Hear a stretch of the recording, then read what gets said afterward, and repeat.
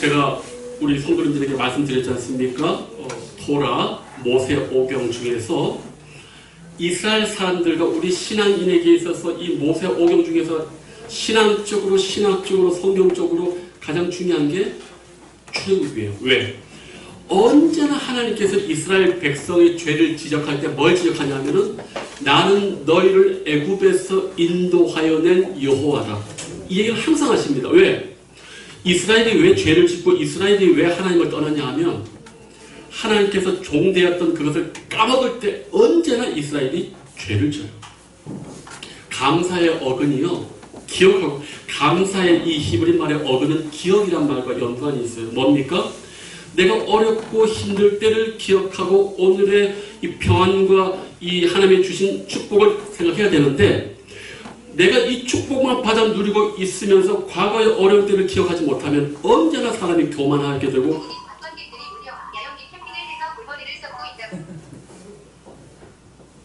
네, 어쨌든 그래서 이 항상 그 대선지자, 소선지자들이 언제나 이스라엘을 뭐라 할 때 뭐냐면은 니들이 과거의 출애굽을 기억하지 못하다 자꾸 그걸 기억하라고 하는 거예요. 그래서 사실은 저는 오늘 이 출애굽기 12장이 제 개인적으로는 우리 출애굽이 아주 위대한 말씀이 많이 있지만 저는 개인적으로 모세를 부른 3장과 더불어서 제 목회적인 개인적으로 이 12장은 저에게 아주 중요한 장입니다. 그리고 오늘 이 12장은요 내용이 무척 많아요. 그래서 오늘 좀 복잡하기 때문에 평소에 생각지 못했던 걸 제가 좀 이렇게 설명을 해드리면서 좀 오늘 진도를 빨리 좀 인텐시브하게 제가 나갈게요. 자, 우리 7번 한번 읽어봅니다.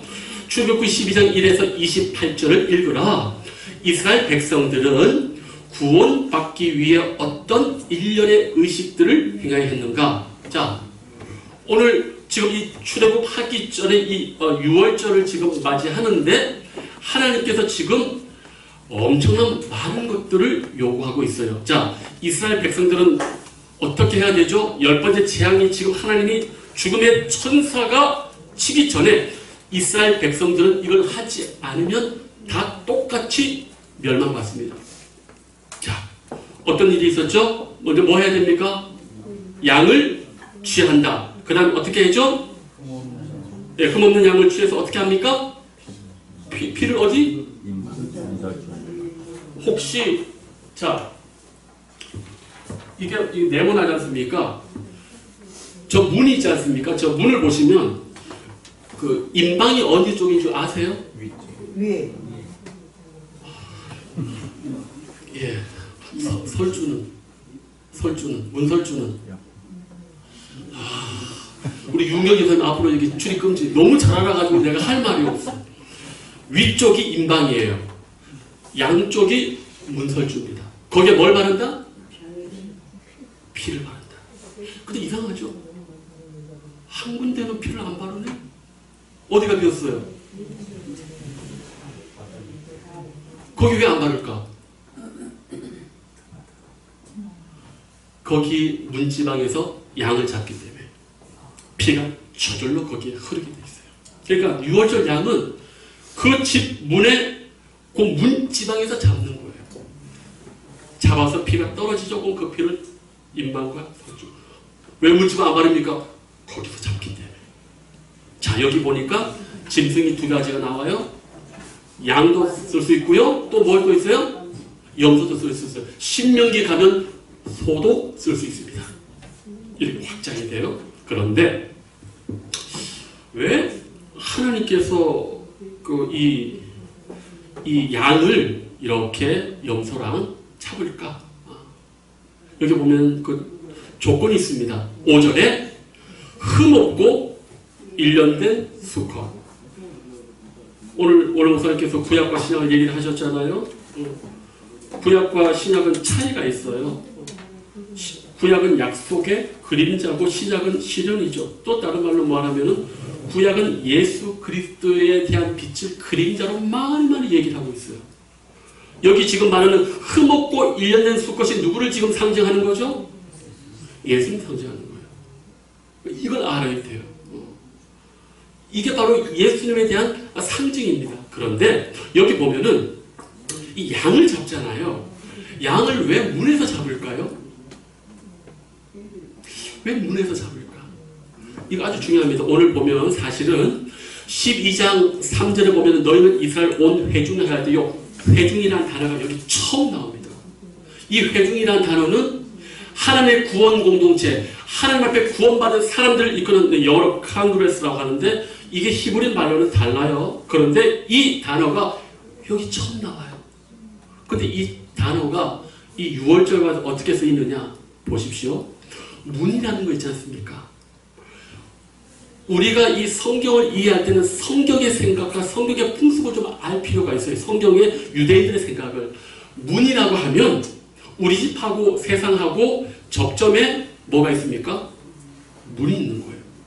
세상과 나와의 접점이 어디예요? 가장 이 접점이 바로 문입니다. 성경은 그런 개념을 하고 있어요. 그렇기 때문에 이 문 안과 문 밖은 세상이냐 하나님의 백성이냐의 차이가 여기서 나는 거예요. 아시겠습니까?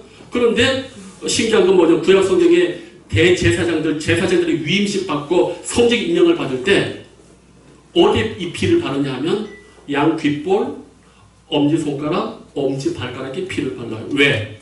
성경에서는 사람이 외부 세상과 감각적으로 가장 먼저 접근하는 걸 귀하고 엄지손가락, 엄지발가락을 보기 때문에 하나님 앞에 거룩하게 성별받는 사람은 바로 가장 세상과의 최고의 접점에서부터 성결함과 속죄함을 받는 거예요. 자, 그렇다면 이게 아주 중요합니다. 보십시오. 세상 집의 문이 이렇게 있는데 세상 밖에는 이제 죽음의 천사가 싹 쓸어가지요. 그러나 그리스도의 보혈의 피를 얻은 우리는 그 안에 있으면 구원을 받고 그 자체가 구원받은 하나님의 회중이에요. 여기서 중요한 건 뭐가 중요합니까? 예수 그리스도의 보혈, 어린 양의 피가 중요한 거예요. 그러니까 우리가 뭘 기억해야 되냐면 천국 갔을 때 저와 우리 성도님들이 하나님 앞에 자랑할 게 없죠. 이 구약의 이미지로 보면은 우리 하나님께서 우리를 딱 볼 때 뭘 볼까요? 요한계시록에 확장된 이미지로 보면은 성령이 여기 도장 찍은다 했잖아요. 여기 성령에 도장 찍는다고 했거든. 그 보증금이 몇 프로인 줄 아십니까? 보증금. 우리 저 계약할 때 저기 뭡니까? 계약금. 계약금이 몇 프로죠? 10%죠. 성령의 그런 개념으로 있는데 사실 더 엄밀한 의미에서는 영적으로 봤을 때 성령의 인과 우리 영적으로는 몸 전체에 뭐가 발라져 있다? 아들 예수 그리스도의 피가 발라져 있기 때문에 심판에 우리가 그냥 넘어가는 거예요. 우리가 도대체 잘 살면 얼마나 잘 살고 의로우면 얼마나 의롭겠어요. 그렇지 않아요. 예수 그리스도의 보혈의 피가 우리 영혼에 발라져 있기 때문에 우리가 천국 갈 수 있는 거예요. 그러니까 로마서는 자랑할 게 있다 없다 우리 보고 없다고 하는 거예요. 그래서 기독교인들은 가장 겸손한 사람이에요. 왜? 이걸 아니까. 그러니까 교회 안에서 큰 소리 친다? 이건 병이 든 거예요. 병이 든 거. 성경을 너무너무 모르는 거예요. 감사밖에 없는 거예요.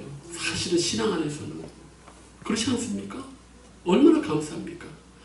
우리가 다 지금 예수 그리스도의 보혈의 피로 지금 다 이렇게 해서 이 구원의 안에 들어가 있잖아요.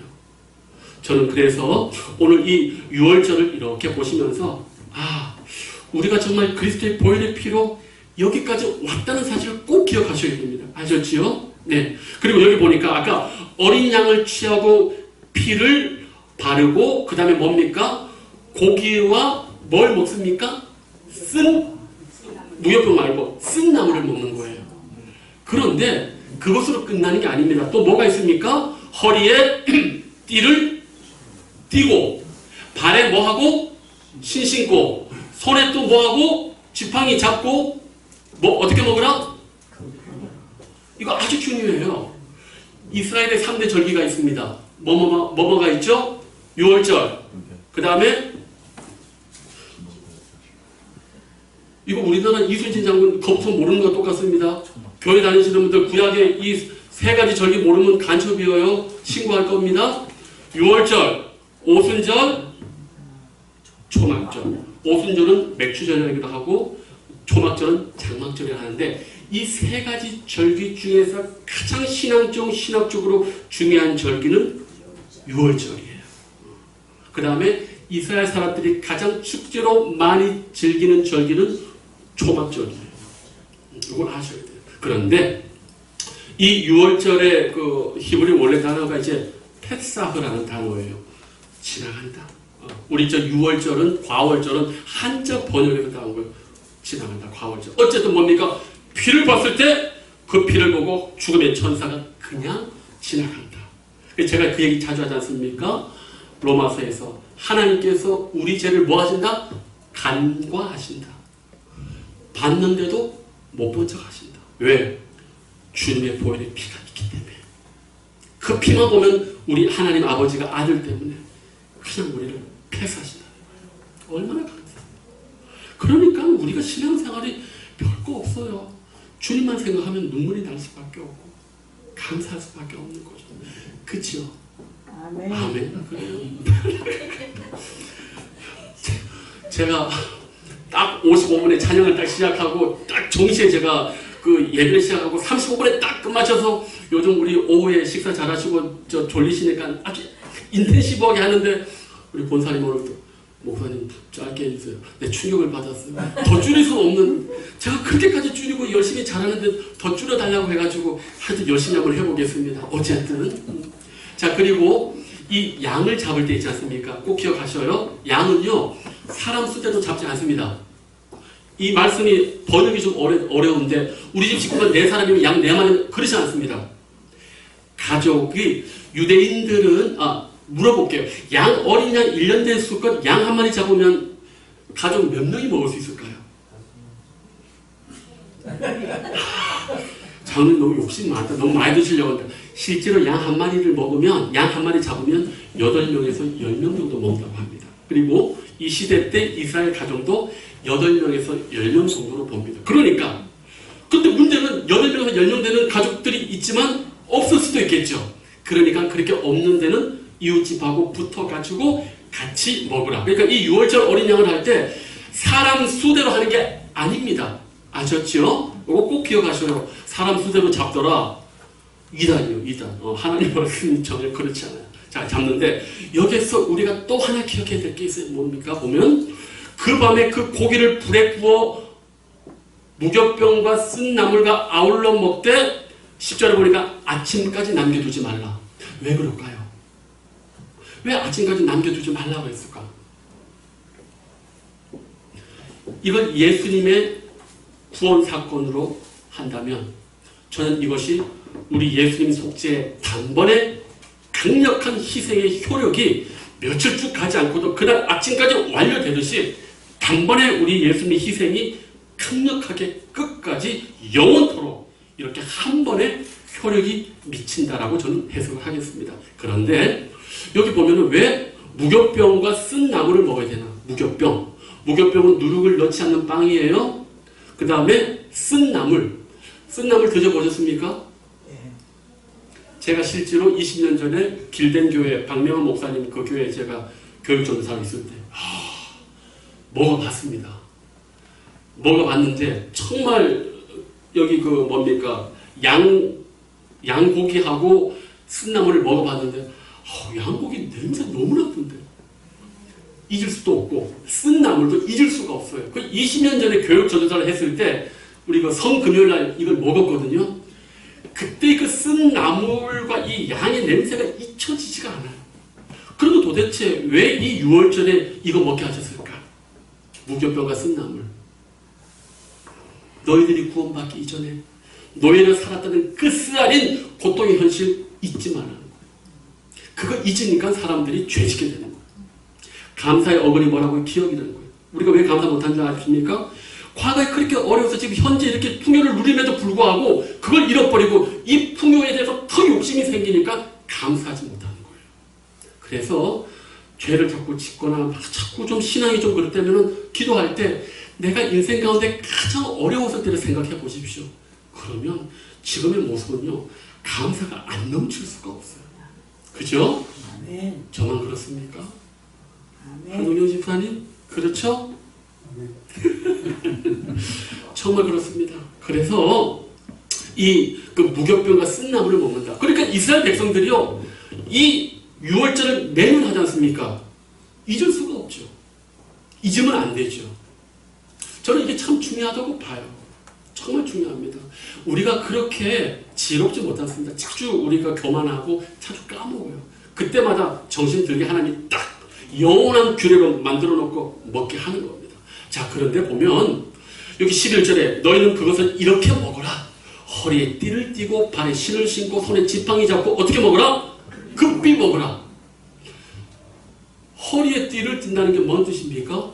이 허리띠 있잖아요. 성경에는 이 허리띠를 띌 때 두세 가지의 정확한 그 뭡니까? 상황이 나와요. 어떨 때? 전쟁이 임할 때 허리띠를 띠라는 명령이 나오고, 여행, 순례객들에게 허리띠를 띠라고 얘기를 해요. 그렇다면 여기 보면 뭡니까? 허리에 띠를 띠고 발에 신을 신고 손에 지팡이 잡고, 그 지팡이도 마찬가지. 여행할 때 지팡이 필요합니다. 급히 먹어라. 이게 뭔 말입니까? 지금 구원 받는 이 6월절에 이걸 급하게 먹고 어떻게 합니까? 여행객처럼 나그네처럼 살아가라는 거예요. 이게 왜 의미가 있냐면 구원 받고 나서 우리가 방만해질 때가 많이 있습니다. 그렇지 않아요. 천국 갈 때까지 우리는 언제나 나그네 인생 살아야 됩니다. 제가 히브리서 11장 예전에도 제가 설교했지 않습니까? 뭘 설교했냐면은 아브라함이 갈대 우르에서 가나안 땅에 왔는데도 불구하고 거기에 집이나 땅을 샀습니까? 안 샀습니까? 안 샀어요. 아내와 자기가 묻힐 막달라 굴만 돈으로 샀어요. 근데 히브리서 기자가 뭐라고 얘기합니까? 아브라함이 이 가나안 땅도 저 천국의 그림자인 걸 알고 여기에 소유하지 않았고 나그네로 살았다고 얘기하고 있어요. 저는 그래서 그 히브리서 보고 눈이 확 뒤집어졌습니다. 이 히브리서 기자가 이 아브라함의 인생을 이렇게 다시 새로운 입장으로 말하는데 보십시오. 멀리서 보고 환영하며 또 땅에서는 외국인과 나그네임을 지원하였으니 그들이 이같이 말하는 것은 자기들이 본향 찾는 자. 갈대우르 무병의 최고의 자리에서 여기까지 왔는데 하나님의 약속의 땅인데 와서 보니까 롯은 소돔과 고모라 들어가가지고 정착하고 배부르게 살고 두 발 보고 사는데 일부러 아브라함은 평야에 안 살고 지역으로 말하면 그 고산지대 여기 삽니다. 고산지대. 아브라함이 일부러 평야의 지대 안 쓰고 일부러 고산지대에 삽니다. 왜? 유목을 하려고. 저는 이것도 충격이에요. 왜 편하게 살고 싶지 않겠어요? 왜? 왜 성이 갖춰져 있는 살고 싶지 않겠습니까? 롯보다도 더 그렇게 살 수 있었는데 아브라함은요 정확하게 이 땅에 들어와서도 내 인생이 영원한 본향이 있다는 걸 알고 일부러 그렇게 살지 않은 거예요. 근데 그 아버지의 뜻을 이삭과 야곱이 그대로 이어갑니다. 저는 창세기 이 족장들의 모습을 보면 우리랑 비슷하면서도요 위대한 점에 있어서는 정말 달라요. 그래서 여기 보면 이 6월절도 마찬가지예요. 우리 신난다 이게 아니에요. 지금 구원받고 그 이후의 삶도 어떤 삶을 살라? 급하게 나그네 인생이에요. 여기에 너무 목숨 걸지 말고 저 본향을 위해서 그걸 잊지 말라는 거예요. 우리 생각에는 하나님 뭐 이 정도 고생했으면은 뭐 이제 좀 두 발 뻗고 편히 아니요.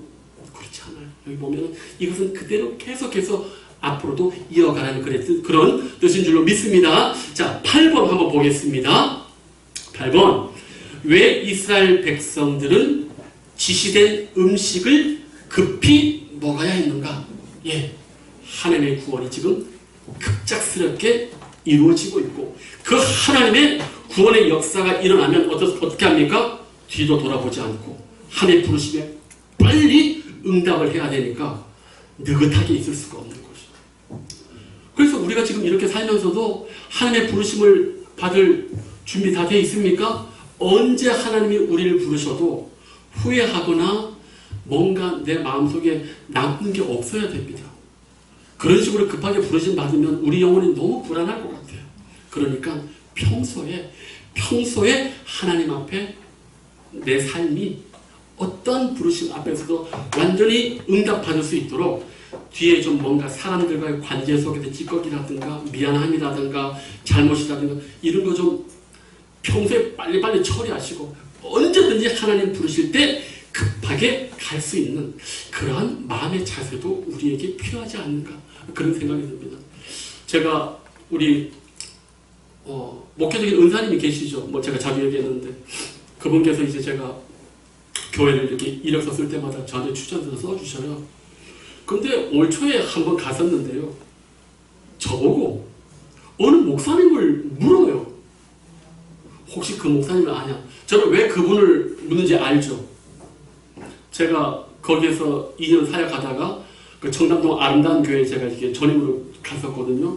근데 들리는 소문에 무슨 일이 있었는지 두 분 목사님을 12월 달 31일 남겨두고 일주일 전에 갑자기 목사님이 해고를 시켜버리시고 그런데 또 감사한 건 그 두 분이 각각 또 잘 풀렸어요. 이분이 이력서를 추천을 잘 써가지고 한 분은 높은 뜻 스무이교회 김동원 목사님 교회에 갔었고 그래서 그분은 그 이후에 저기 평택에 담임 목사로 가셨고 한 분이 어디 갔느냐? 광소교회 가셨어요.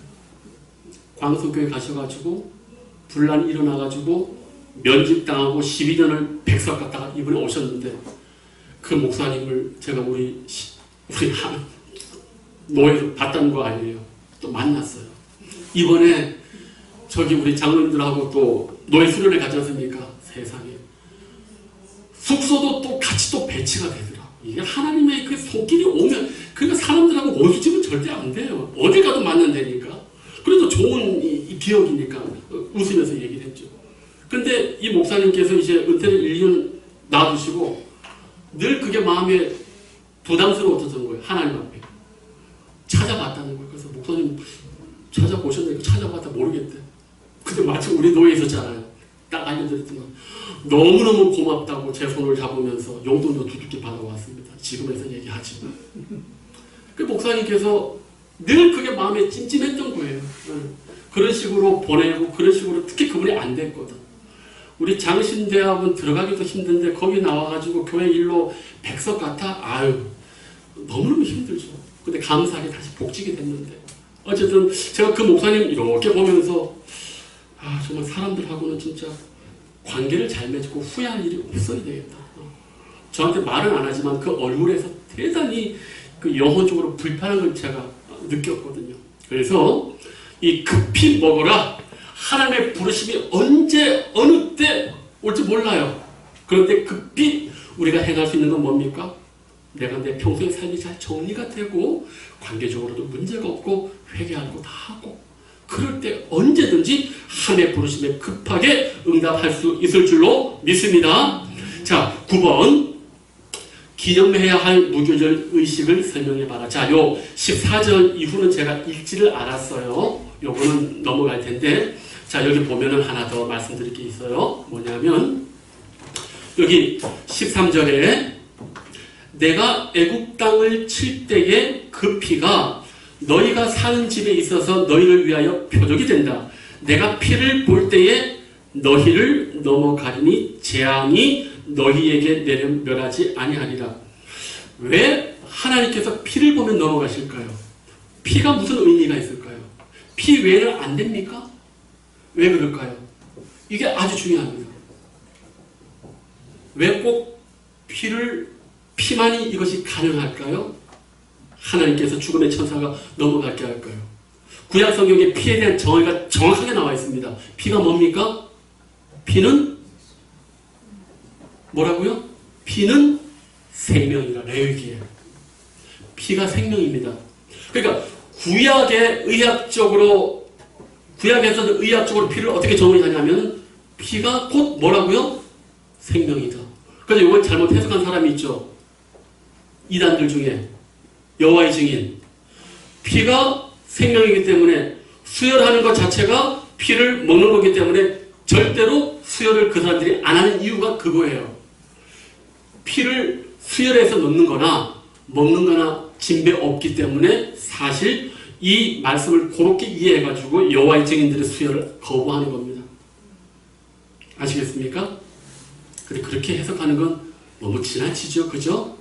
생명을 살리는데 피를 먹는다는 것은 잔악하게 이렇게 해가지고 하는 거지, 인술적으로 의료적으로 생명을 살린다고 하는데 그걸 그런 식으로 적용하는 건 잘못된 거예요. 자, 그런데 우리가 여기서 꼭 기억해야 될 게 있습니다. 왜? 어린 양이 지금 피를 흘리고 죽지 않습니까? 이 예시가 여기에 처음 있을까요? 아니면 이거보다 가장 먼저 하나 또 있을까요? 있습니다. 창세기 3장에 보면 아담과 하와가 죄를 짓고 하나님께서 누가 가죽 옷을 입힙니까? 하나님. 바로 거기서 벌써 피 흘림이 벌써 일어나는 거예요. 창세기부터. 그러니까 창세기부터 이 신약까지는 하나님께서 예수 그리스도에 대한 이 예표를 아주 공통적으로 그림자처럼 다 이렇게 하고 있는 거예요. 그러니까 벌써 창세기부터 하나님께서 인류를 위해서 피를 흘리시고 그 다음에 가죽옷을 친히 우리에게 입혀주시는 거예요. 그게 누구라? 그게 누구를 상징한다고요? 예수 그리스도를 상징합니다. 그래서 우리가 이 피 흘림을 이야기할 때 정말 기억해야 될 게 뭐냐면 피는 생명이다. 그러니까 예수님께서 피를 우리를 위해서 대신해서 흘리는 것 자체가 생명을 다 준 겁니다. 생명을 준 거예요. 우리가 누구를 사랑할 때 생명을 다 준다. 쉽지 않습니다. 그런데 사랑하려면 어떻게 해야 된다? 사랑하려면 어떻게 한다? 고사님, 이왕 사랑할 거, 이왕 결혼한 거, 생명을 다해서 남편을 어떻게 한다? 거기는 왜 이렇게 입을 이렇게 꾹 다물고 계세요? 왜 이렇게 입을 꾹 다물고 계세요? 야, 아니, 하니까 주여, 남편이나 아내나 이왕 결혼했지 않습니까? 그러면은 죽기 살기로 사랑하십시오. 저도 오늘 오랜만에 우리 그 딸애를 이렇게 봐가지고 옆에 앉았더니만 너무 좋은 거예요. 너무 좋은 거예요. 내 피부치 내 가족이라는 게 그렇게 좋을 수가 없더라고요. 평소 싸움 많이 합니다. 그런데도 가족, 정말 이 세상에서 최고의 이 제도 그리고 신적인 기호는 뭐냐? 패밀리입니다. 패밀리. 가족이 최고예요. 목사님 말씀하셨다시피 가족에서 행복하지 못하다? 천국을 어디서 볼 건데요? 천국을 어디에서 우리가 상상을 할 건데요? 저는 정말 좋아합니다. 제가 길만 가다가요, 요즘 꽃집이 많이 있습니다. 그러면 꽃을 살 돈을 놓고 찍어가지고 누구에게 보낼까요? 우리 집사람한테 보냅니다. 내 마음이야 하고. 이 꽃만 보면은 자꾸 사고 싶어요. 돈은 없죠. 그런데 대신 찍어서 어떻게 합니까? 보냅니다. 당신을 향한 나의 마음이다. 우리 남성분들, 제가 팁 알려드렸죠? 길 가다가 꽃집 보면 찍어서 누구에게? 사랑하는 아내에게. 얼마나 곱습니까? 옛날에도 곱지만 지금도 곱고, 우리 남편들은 옛날에도 믿을만하지만 지금도 감동이 없네. 여성분 앞으로도 이 감동 있는 분들은 앞에 앉으셔야 돼요. 어쨌든 저는 정말 이 예수님의 그 피를 흘려서 우리를 대속한 그 사랑을 기억하시고, 우리가 예수님을 닮는다면 다른 사람한테 할 것 아니라 누구에게? 가족에게 가장 먼저 이 전부를 주는 그 사랑을 우리 모두가 했으면 좋겠습니다. 기도하겠습니다. 아버지 하나님, 오늘 6월절을 우리가 짧은 시간 깊이 있게 다뤘는데, 주님, 우리 예수님께서 참으로 우리를 향한 그 놀라운 사랑과 이래를 가지고 온 몸의 피를 다 흘리신 것을 기억합니다. 주님, 한 사람을 위하여도 대속한다는 것이 어렵겠지만 온 인류의 무거운 죄를 대속한다는 것은 얼마나 어려웠겠습니까? 그러하였기에 온몸의 물과 피를 다 흘러 보내셨습니다. 주님, 이 사랑을 입은 우리가 누구를 먼저 사랑할 것입니까? 내 가족들, 그리고 나의 교우들. 주님, 먼저 깊이 온 마음과 생명을 다해서 사랑할 수 있는 은총과 긍휼과 자비하심을 허락하여 주시옵소서. 이제는 우리 주 예수 그리스도의 은혜와 하나님 아버지의 사랑하심과 성령의 감화감동, 교통 충만하심이 어린 양 예수 그리스도의 이 십자가의 희생을 미리 경험하며 나도 그 주님 따라서 생명과 피를 다해 사랑하겠노라고 다짐하는 우리 귀한 희락의 모든 성도들 머리 위에 이제부터 영원토록 함께 하옵시기를 간절히 축복하옵나이다. 아멘.